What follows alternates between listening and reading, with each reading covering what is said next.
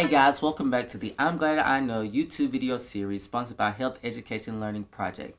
Now today we're going to be tackling gay dating apps. More specifically, we're going to be talking about Jack'd and Grindr. You know, are these apps really just hookup sites, or can somebody really find a boyfriend on these apps? And then we're going to dip a little bit more into, you know, the intent of these apps and, you know, whether somebody freshly out of a relationship to use these apps or whether somebody who wants to go into a relationship should use these apps.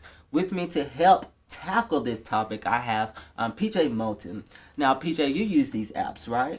Yes, I have used more specifically. I've probably used Jack more than anything, but I've also used Grindr. I've logged into Scruff once or twice, but recently I've started using Tinder, which typically hadn't been very gay friendly, but now it's pretty comprehensive, so I like it. Okay, so what has been some of your experiences with these gay dating apps? So I think that the app can be used for whatever your intention is, and so I think that going into it, I think is all about thinking about what your intention for the app is. If your intention is to go into it just to use it to hook up, then use it for that purpose. You know what I mean? But if your intention is to go into it to build meaningful connections with people or even maybe seek a relationship, then I think you should give a comprehensive view of who you are. Whatever you present is going to be kind of like how it's going to go for you, how your experience using the app is going to be. Okay, so is these gay dating apps just a hookup app?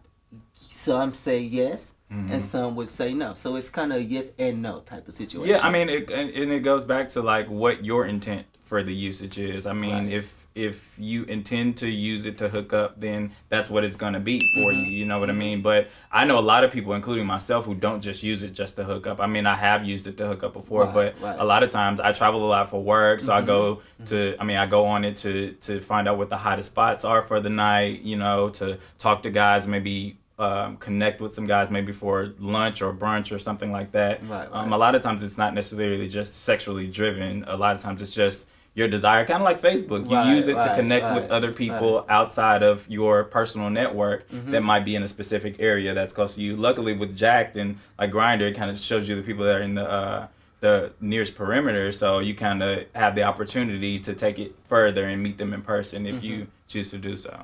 And I like how you say it doesn't always have to be sex driven, because, you know, I have used these apps before as well, and some of the people who I've met on those apps, you know, we haven't had any type of sexual connection at all. You know, we've just been, actually one of them, we're like really good friends right now, like one of the best friends I have at the moment. So several of my best friends I think that I've met, if not like a gay dating app, but on some type of app, whether it be Facebook, Kick Messenger, all of these things can be used for all of those purposes, mind you. Even Facebook can be used for hookups or whatever the case is, but you know, it's important to just kind of like identify, like I said before, whatever you put out, whatever your impression is that you put out there is kind of what you're going to get back from that app. Okay, so I think that we are in agreement when I say that, you know, somebody could use these dating apps to lead into a relationship. So it could be to find something of more substance and not, you know. And I've actually had a relationship that I met my partner on Jack'd.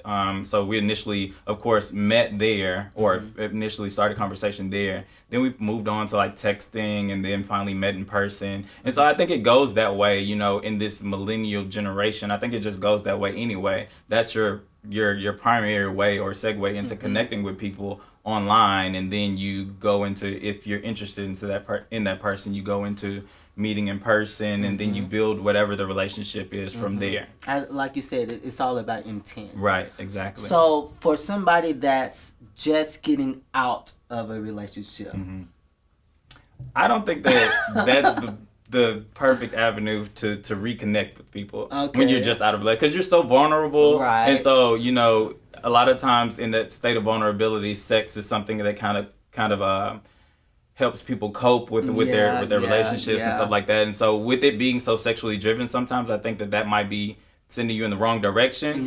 But I mean, I think that you should use it responsibly. Anytime, actually, you should use it responsibly and kind of determine for yourself where you're gonna go with that. Because nobody wants a rebound. Right. No.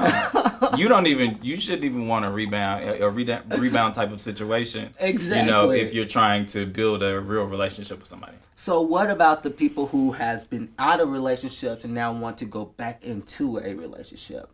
I still don't think that that's necessarily the first avenue. I think that once you do your self-reflection, work on self, figure out what it is that you're bringing to the table, then put that on your profile when you come back on. You know what I mean? Don't come on and I think the problem that a lot of people have is they go on the apps and they put what they think people want to hear or guys want to hear, want to know, you know, mask for mask and, you know, tops only or no this, fats, no films. no fats, no films, all of those stigmatizing messages.